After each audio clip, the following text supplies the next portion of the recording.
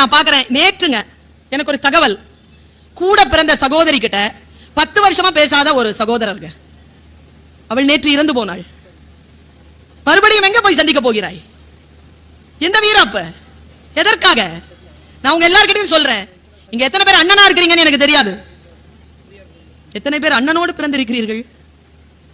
நீங்கள் எல்லோரும் பாக்கியசாலிகள். ஏன் தெரியுமா?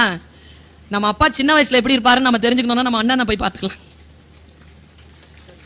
அது நம்ம சின்ன அப்பாங்க. அது அவன் கல்யாணம் பண்ணதுல இருந்து யாரையும் பார்க்கறதில்ல, அவனுக்கும் எங்களுக்கும் ஆகாது.